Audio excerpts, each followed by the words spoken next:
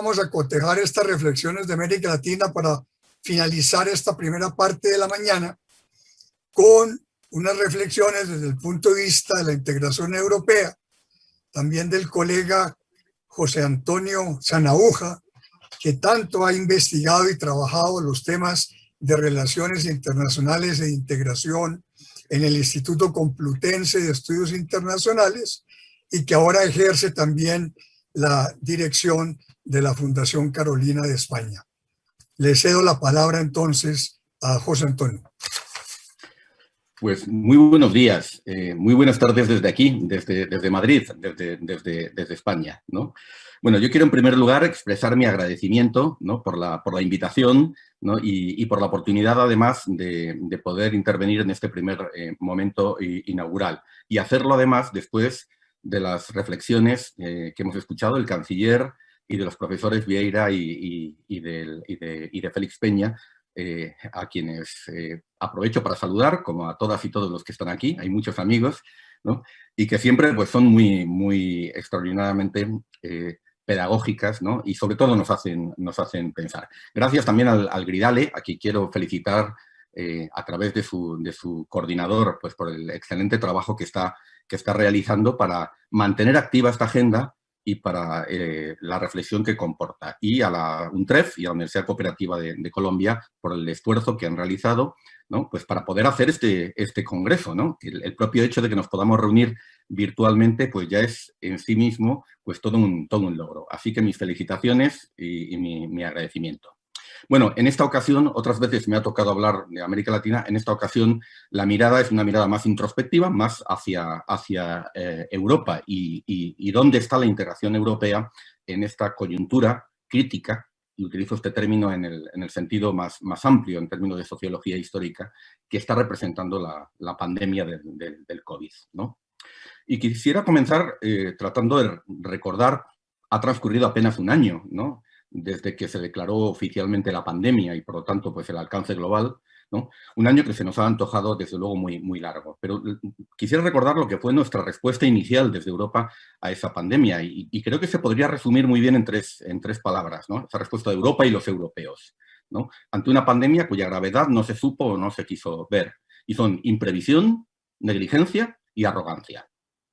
Y es que pese a las advertencias de la Organización Mundial de la Salud, ¿no?, el COVID se percibió como un problema lejano, una cosa de asiáticos, ¿no? Quizás lo malinterpretamos con el marco mental del orientalismo y pensamos que la reacción era una expresión, una vez más, de ese despotismo asiático que tantas veces hemos encontrado en la literatura. Bueno, pero el hecho es que la pandemia llegó y en pocas semanas, ¿no?, en Europa, Bruselas se mostró desbordada e impotente frente a la reacción desordenada y angustiada de las capitales en un sálvese quien pueda del cierre de fronteras, confinamientos descoordinados y acaparamiento unilateral de respiradores y otros insumos sanitarios. Y es que la falta de capacidades para apoyar a los Estados miembros y también a los países de la vecindad contribuyó a generar una imagen de crisis, fragmentación e irrelevancia. Yo quisiera recordar dos momentos que quizás encapsularon muy bien esas sensaciones de marzo de 2020. El primero de esos momentos es cuando el presidente de Serbia, el ultranacionalista Aleksandar Vučić, dijo ante los medios de comunicación, cuando recibían en Belgrado un cargamento de ayuda de emergencia de China, dijo, y esta comienza la cita, la solidaridad europea no existe, fue un cuento de hadas sobre el papel. Fin de la cita. En Italia, días después, ¿no?, llegaba un contingente de descontaminación de la Federación Rusa en aviones militares rusos, ¿no?, lo que provocó perplejidad y descontento de la Alianza Atlántica y de las instituciones de la Unión. Y sirvió sobre todo, pues, digamos, como contraste para mostrar esa falta de previsión. Bueno, yo creo que estas fueron probablemente las horas más bajas de una Unión Europea que ya antes de la pandemia era cuestionada dentro y fuera por discursos de fuerzas nacionalistas y de extrema derecha en ascenso. Ahora, en una mirada retrospectiva, el desempeño de la Unión Europea ante la pandemia creo que merece un juicio menos severo. Esta ha sido una crisis de magnitud difícil de prever, ante la que la Unión Europea se ha enfrentado sin competencias en salud, que hay que recordar pertenecen a los Estados miembros, ¿no?, y con medios además muy limitados para la gestión de crisis. Así que no podía esperarse que Bruselas reaccionara rápidamente despachando aviones cargados de mascarillas o adoptando en cuestión de días una política sanitaria común que no está contemplada en los tratados. Ahora, allá donde hay verdadera integración, ya saben, supranacionalidad, soberanía compartida, competencias comunes, y esas cosas a veces tan denostadas por eurocéntricas, ahí las reacciones han sido más positivas. Quizás menos visibles, han sido más complejas debido a las dificultades para la toma de decisiones que comportan los procedimientos de la Unión Europea, que ya saben que tiene los poderes distribuidos entre distintos órganos, además de una autoridad monetaria independiente. Es cierto que en muchos aspectos el COVID-19 ha puesto de manifiesto las debilidades de la Unión Europea, pero también, y es lo que quisiera hoy explicar y comentar con ustedes, ha inducido una enérgica respuesta geopolítica que combina una amplia transformación societal para sí misma con la afirmación de una mayor autonomía estratégica en el plano internacional. Y permítame decirlo, esa respuesta lanza un poderoso mensaje al mundo a favor del regionalismo y el multilateralismo, en un mundo fragmentado y con visibles tensiones geopolíticas. Ante la pandemia, ya en marzo, fue el Banco Central Europeo del que surgieron las primeras respuestas. Y es que tras el apagado parcial de las economías, con motivo de los confinamientos y el desplome de los mercados financieros, el Banco Central Europeo actuó con rapidez y de manera concertada con los principales bancos centrales del mundo, desplegando una respuesta sin precedentes. En el ámbito monetario, el 18 de marzo se lanzó el Programa Temporal de Compras de Emergencia en caso de pandemia, bueno, conocido por su acrónimo del PEP. Un total de 750.000 millones de euros hasta final de 2020. Y esto se sumaba a los programas de compras de bonos que ya tenía esa institución en activo desde la crisis del euro. El 23 de marzo, en materia fiscal, ya hubo un primer acuerdo. Los ministros de Finanzas acordaron activar la cláusula de escape del Pacto de Estabilidad y Crecimiento. Y para quien no recuerde el significado de esta expresión, significa que se levantaron los límites al déficit fiscal para los Estados miembros. Pero un poco el mensaje fue, gasten, que se lo vamos a pasar por alto, porque la situación es extraordinaria. Se aprobó también un programa de garantías del Banco Europeo de Inversiones, ¿no?, por 25.000 millones de euros, con capacidad de apalancar hasta 8 veces esa cantidad para apoyar a las pymes, para apoyar al tejido productivo. Y un instrumento temporal de apoyo a los programas de desempleo de los Estados miembros, conocido por sus siglas en inglés como SURE. Finalmente, se acordó abrir la ventanilla de ese particular Fondo Monetario Internacional Europeo, que es el MERE, el Mecanismo Europeo de Estabilidad, ¿no? Un fondo de rescate, recuerden, creado en 2012, cuando tuvo lugar la crisis del euro. Y se acordó que los créditos de este MERE podrían llegar hasta el 2% del PIB de los Estados miembros que lo solicitaran, ¿no? Además, dato importante, y es que dada la naturaleza exógena de la crisis, se decidió que estos préstamos esta vez no tendrían condicionalidad. Es decir, no habría hombres de negro, no habría medidas de austeridad. Cierto es que el inevitable estigma financiero que supone recurrir al MEDE hasta ahora ha desalentado a los Estados miembros de recurrir a sus préstamos. Entre otras cosas porque ha habido algo mucho más potente, ¿no?, que surge de los acuerdos de julio de 2020 que ahora mencionaré. Bueno, el hecho es que muy pronto, ya en abril, se había asumido que esas medidas iban a tener un impacto fiscal muy limitado y que ante la magnitud de la crisis sería necesario reforzar el presupuesto plurianual de la Unión, dotándolo de un gran fondo de recuperación. Esto es algo que venían reclamando los estados más afectados.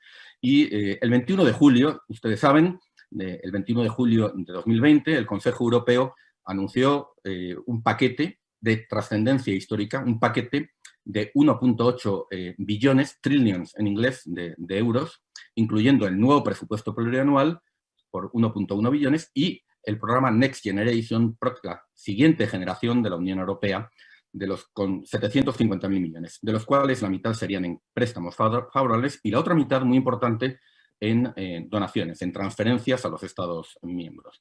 Y es importante subrayar que este programa de recuperación Next Generation no se trata de transferencias para gasto corriente, sino que es un instrumento de inversión que ha de contribuir a preservar la resiliencia y la cohesión social y territorial. Y sobre todo, me interesa destacarlo, a encaminar a la Unión Europea a un cambio de modelo económico más verde y digital.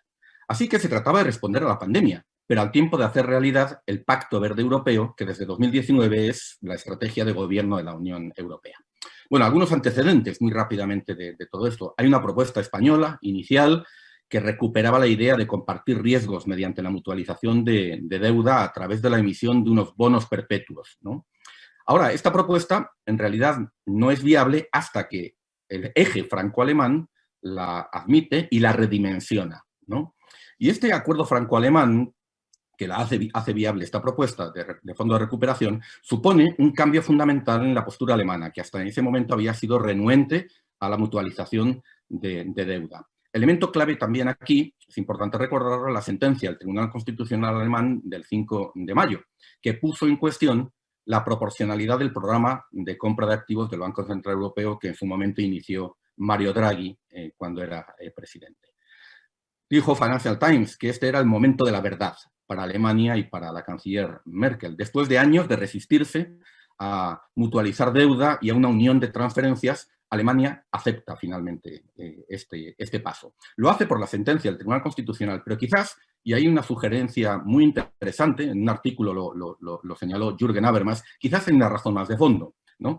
Y es el temor de Alemania al ascenso de la ultraderecha, ¿no? de alternativa por Alemania, que lleva a Merkel y al centroderecha alemán a reaccionar como siempre han hecho los alemanes cuando ven los fantasmas del pasado reaparecer, y es profundizando en la integración europea, es decir, utilizando Europa y el federalismo europeo como reaseguro frente a su propio pasado y el riesgo de que este reaparezca. Bueno, una crisis inesperada y sin precedentes, el COVID, el cambio de actitud del eje franco-alemán hace posible este acuerdo de julio. Y esto es un salto federal sin precedentes. Solo 6 meses antes era inimaginable. Supone vincular presupuesto, impuestos y eurobonos, iniciando el camino a un tesoro común.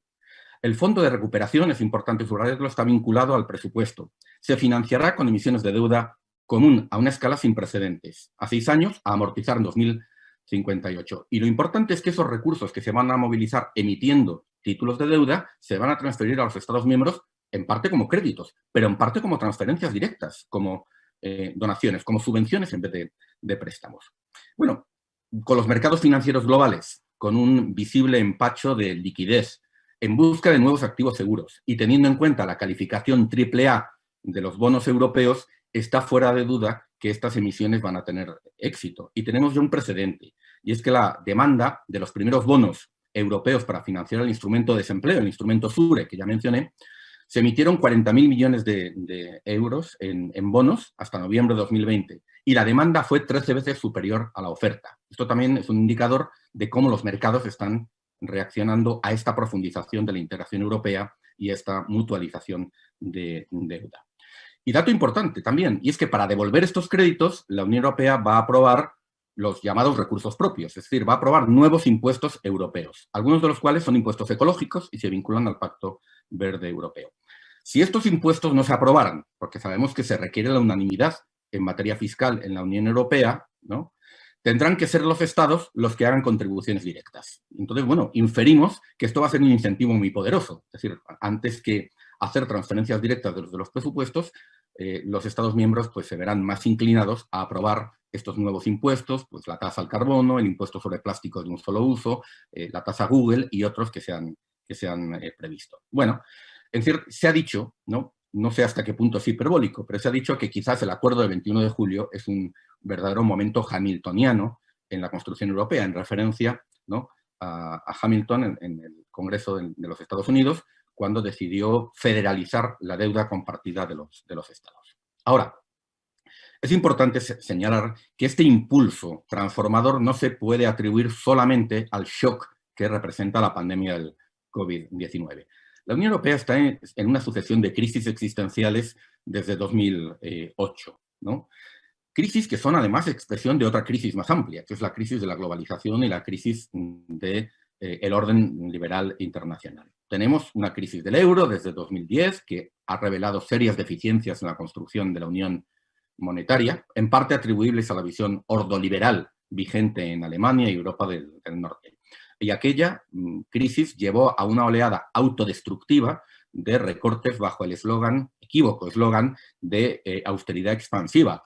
A mí siempre me ha recordado, lo de la austeridad expansiva, me ha recordado el eslogan del ajuste con crecimiento, con el que se abordó la crisis de la deuda latinoamericana de los años 80, y ninguno de los dos casos funcionó. Hubo ajuste, pero no hubo ni expansión, ni hubo crecimiento.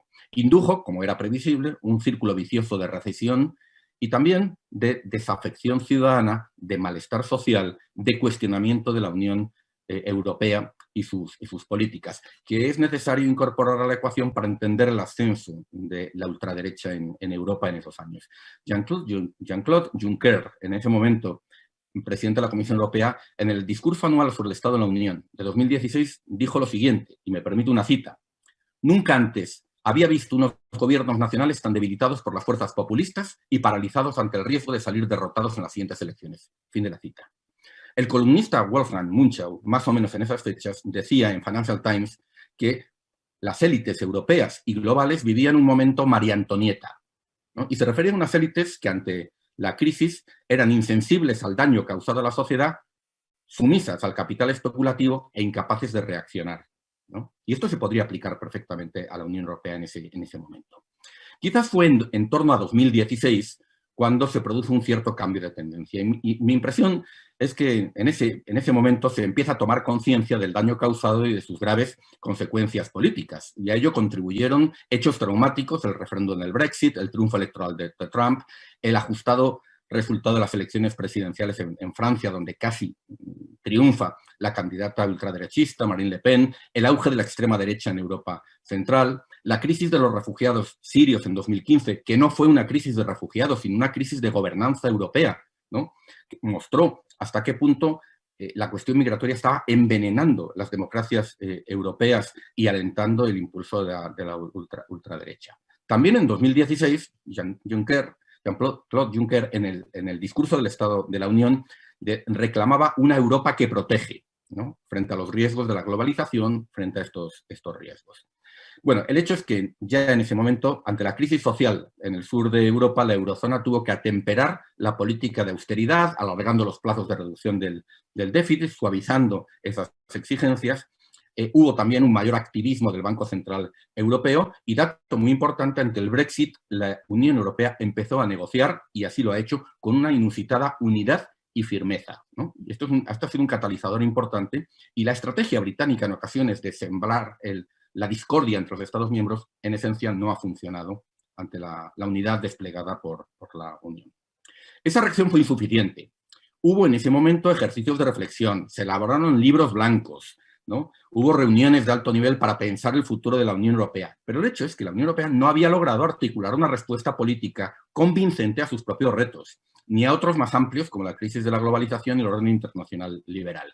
Retos, por ejemplo, en materia económica, los retos que supone la aparición de un nuevo modelo productivo basado en la robotización, la automatización y la digitalización, que alienta un repliegue de las cadenas globales de suministro y dinámicas de relocalización o de localización cercana, el reshoring, el nearshoring, ¿no?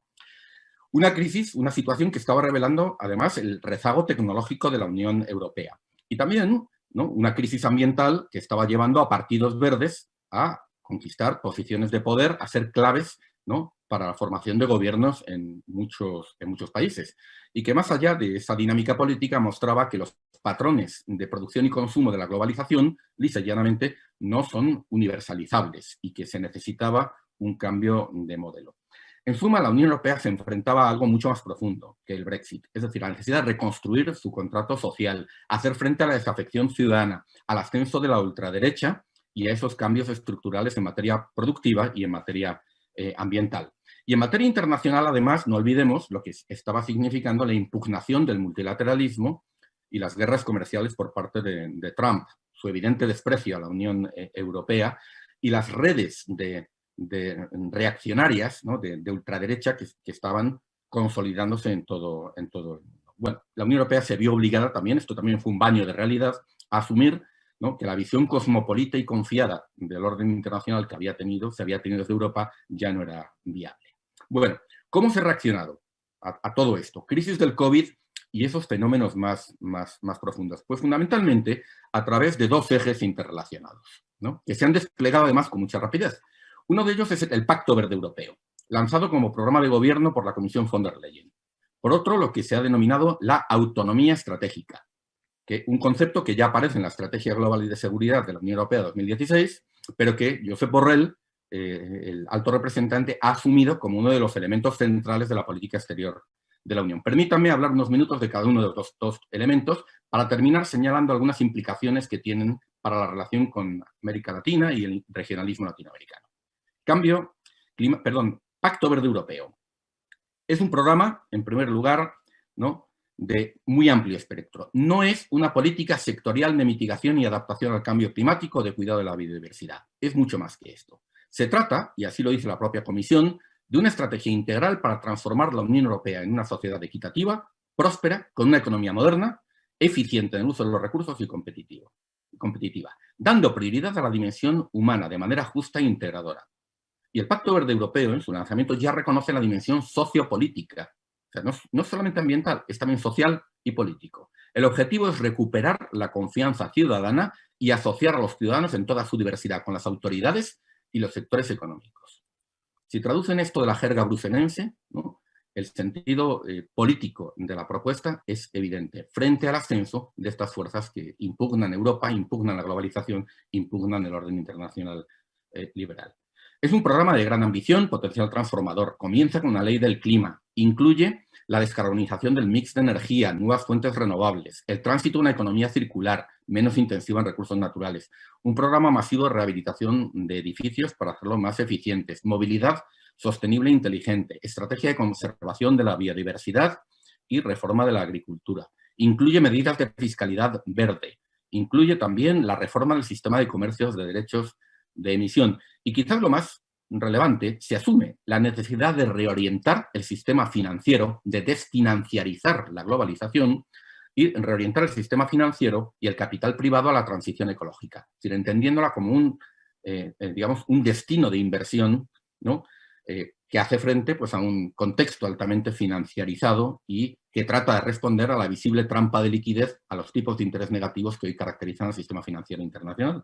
Y para ello se le da un papel clave como en términos de apalancamiento a la inversión pública masiva. Hay también medidas de transición justa para paliar los costes del ajuste, como costes como los que tendrán que asumir, en un ejemplo que siempre se cita, pues los mineros del carbón. Solo en Polonia hay 80.000 mineros de carbón que van a perder su trabajo en muy pocos años y a ellos y a otros habrá que buscarles alguna salida laboral, ¿no? No se puede simplemente dejar que esta gente se quede a la intemperie. Y bueno, y también, dato muy importante, el Pacto Verde Europeo tiene una dimensión de política industrial. Volvemos a hacer política industrial desde las autoridades. Y vuelve a haber un papel de dirección del aparato productivo por parte de las autoridades, en aspectos como la energía, las tecnologías digitales o el automóvil, alentando la electromovilidad.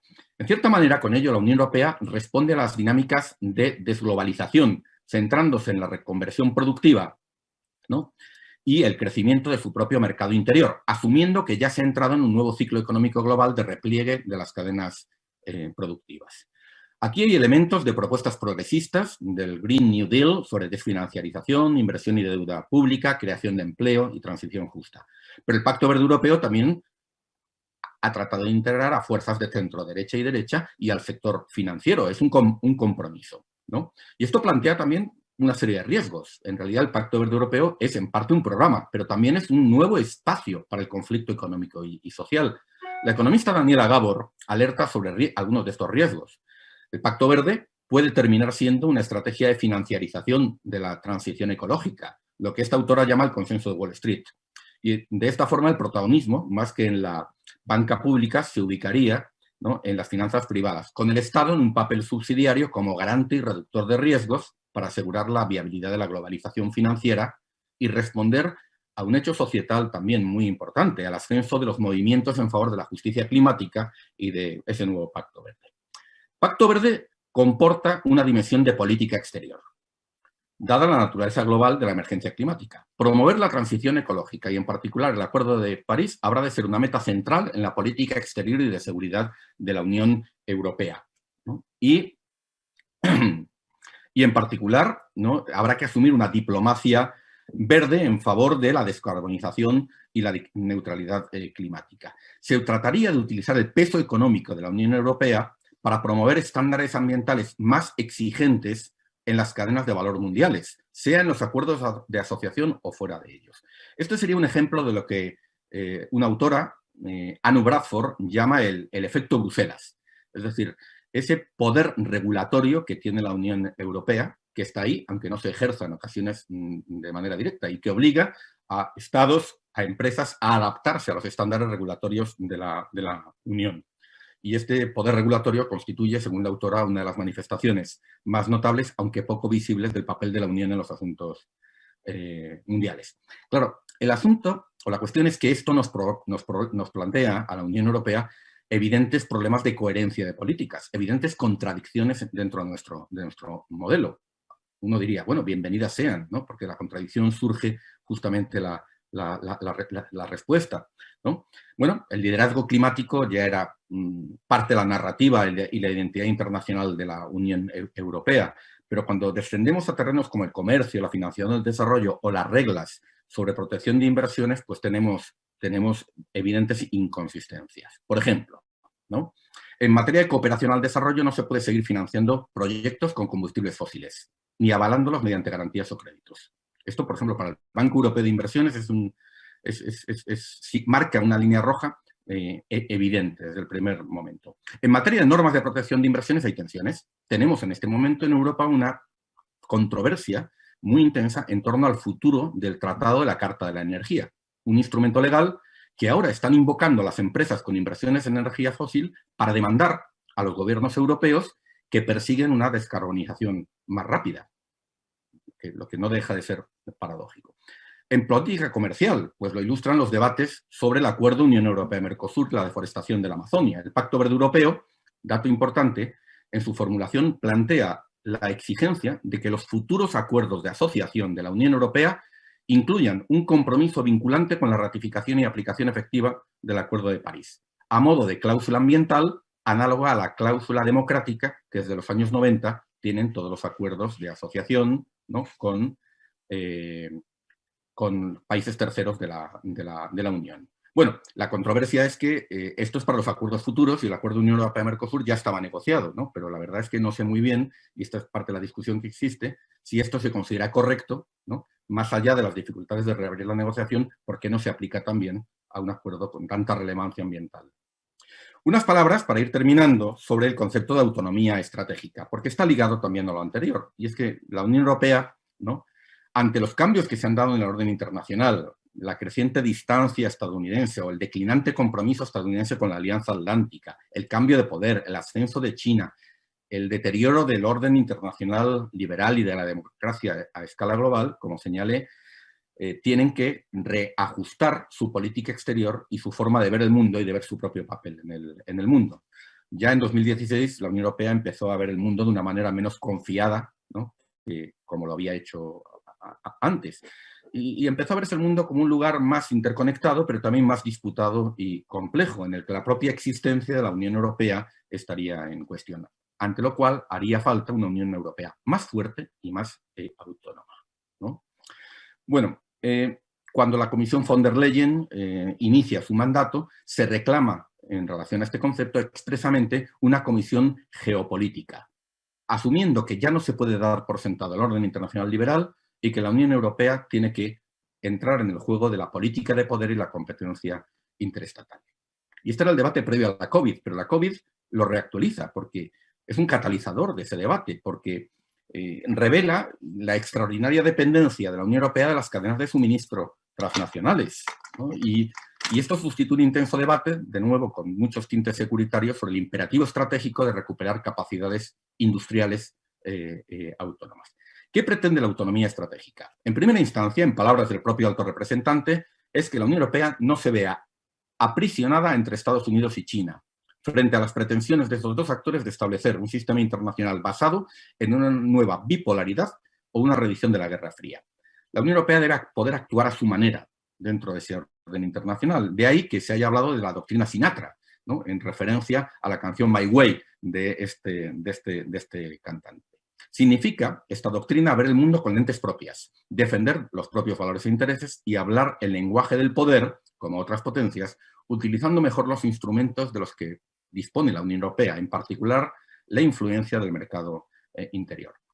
Es un concepto que alude a la actorness o condición de actor de la Unión Europea como tal, y no solo de los Estados miembros, de la Unión Europea y como actor y también en términos de agencia. Que pueda actuar de manera autónoma y elegir si actúa o no, cuándo y en qué países, áreas, con quién. Implica capacidad de decidir y de implementar decisiones de manera autónoma. tiene prerequisitos, visión estratégica propia, lo que hoy llamamos el compás estratégico de la Unión, voluntad política, la posibilidad de adoptar decisiones de manera ágil y expedita, ¿no?, a pesar de la construcción intergubernamental de la política exterior, ¿no?, capacidades autónomas para actuar en materia de comercio, ayuda o defensa.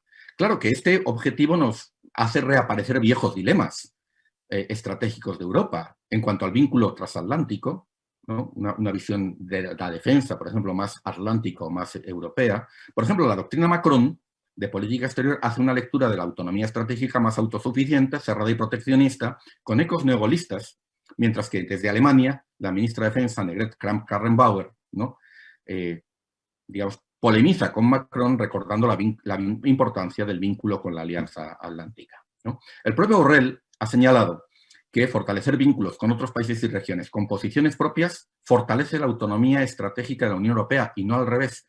Dato importante, por ejemplo, para el acuerdo Unión Europea-Mercosur, que desde esta perspectiva tiene importancia desde el punto de vista geopolítico y no solamente comercial. Todo esto comporta una mirada distinta sobre China y sobre Estados Unidos, una visión menos confiada, más recelosa.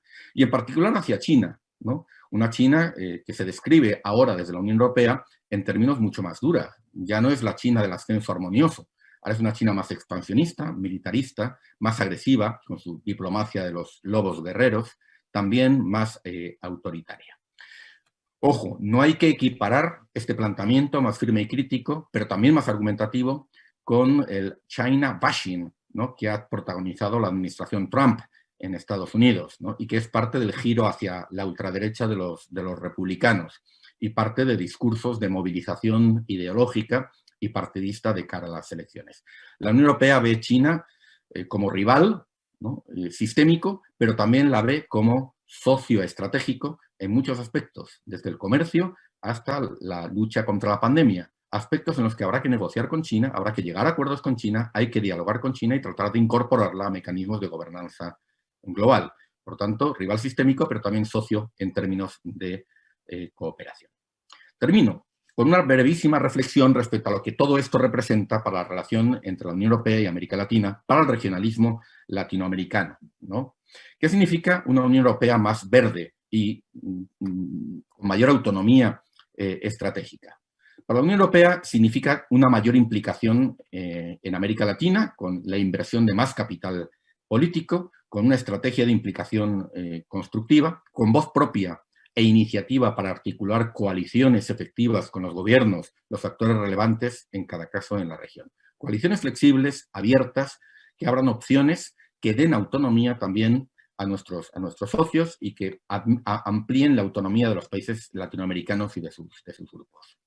Significa recuperar el diálogo político de alto nivel y de hecho está anunciada para este año una cumbre Unión Europea-América Latina que se celebrará en algún momento y que significa recuperar un diálogo político que teníamos perdido desde 2015, ¿no?, momento en el que se celebró la última cumbre birregional. Pero esto implica que no se puedan buscar otras geometrías variables y otros acuerdos más específicos. Significa mayor coherencia por parte de la Unión Europea en muchas áreas de acción. Ya he mencionado una de ellas, el Acuerdo de Unión Europea-Mercosur y su vinculación con el Acuerdo de París sobre cambio climático. Ya en parte ha cumplido esa función, ¿no? El Acuerdo de Unión Europea-Mercosur ha sido un elemento de contención ante el riesgo de retirada de Brasil del Mercosur y su alineamiento con los Estados Unidos, ha incrementado los costes de la nefasta política ambiental de Bolsonaro. Entendemos que no debemos ver los acuerdos de asociación como meros TLC, como meros acuerdos de libre comercio. Tienen, insisto en esta idea, un marcado carácter geopolítico. Son herramientas para la autonomía estratégica tanto de la Unión Europea como de los países latinoamericanos frente a este escenario de crisis de la globalización y de supuesta bipolaridad que situaría tanto europeos o latinoamericanos en una posición de subordinación estratégica. Y son también espacios para la convergencia regulatoria. Y es que la transición ecológica, la transición digital, la transición también societal que exige el nuevo contexto internacional nos va a obligar a profundos cambios regulatorios en muchos aspectos. Y los acuerdos de asociación pueden verse como un espacio común para la convergencia de esas propuestas regulatorias. De hecho, la Unión Europea ya está actuando con notable autonomía estratégica en muchos aspectos que afectan a América Latina. Por ejemplo, la posición contraria a las sanciones extraterritoriales de los Estados Unidos sobre Cuba o sobre Venezuela, la posición autónoma sobre Venezuela a través del Grupo Internacional de Contacto, ¿no? La actuación coordinada de los Estados miembros con los países latinoamericanos que tuvieron a bien también tomar iniciativa en ese campo, cuando tuvimos que elegir al nuevo presidente del Banco Interamericano de Desarrollo. Ahí la Unión Europea estuvo donde tenía que estar, defendiendo una regla que, multilateral de 60 años de vigencia que garantiza ese puesto para un latinoamericano, ¿no? Bueno, en ese ámbito tenemos todavía muchos retos, ¿no? La respuesta a la COVID nos va a obligar a llegar a acuerdos en materia de financiación del desarrollo para que los recursos fluyan hacia la región, y en un aspecto en particular todo esto se puede ver sometido a prueba, y es la respuesta en materia de vacunas, ¿no? En materia de vacunas nos encontramos con problemas como la escasa capacidad productiva, el nacionalismo de vacunas, el acaparamiento de las dosis y una respuesta multilateral limitada a través del mecanismo COVAX, ¿no? Entre las que la Unión Europea es parte de esos problemas y que están significando obstáculos para el objetivo al que todos aspiramos, y es el de una vacunación universal, equitativa y rápida, porque solamente así podremos combatir la pandemia y permitir la recuperación económica a escala global que necesitamos. Y en ese escenario la Unión Europea y sus Estados miembros y otros países avanzados estamos perdiendo a gran velocidad estatura moral e influencia y poder político y económico ante la propuesta de los países en desarrollo de una suspensión temporal de la protección de las patentes en la Organización Mundial de Comercio, o de China y de Rusia, quienes con su diplomacia de vacunas parecen alzarse como los grandes beneficiarios de esta situación en términos geopolíticos. Las crisis sistémicas, como la que ha generado la COVID-19, son una oportunidad para el cambio, más que para un retorno a la normalidad. Son, en este sentido, una oportunidad para relanzar el regionalismo y la cooperación internacional frente a los nacionalismos extremos, el ascenso de la ultraderecha y un mundo de competencia geopolítica que no augura nada bueno. En palabras de Max Berman, del Center for American Progress, el COVID-19 ha significado un verdadero despertar geopolítico y ecosocial de la Unión Europea y de su proyecto de integración, que trata de reafirmar la validez del regionalismo y de la integración regional. Es un mensaje de esperanza y de futuro. Y con estas palabras, esperanza y futuro, quisiera cerrar esta conferencia, reiterando mi agradecimiento por su invitación y por su atención. Muchas gracias.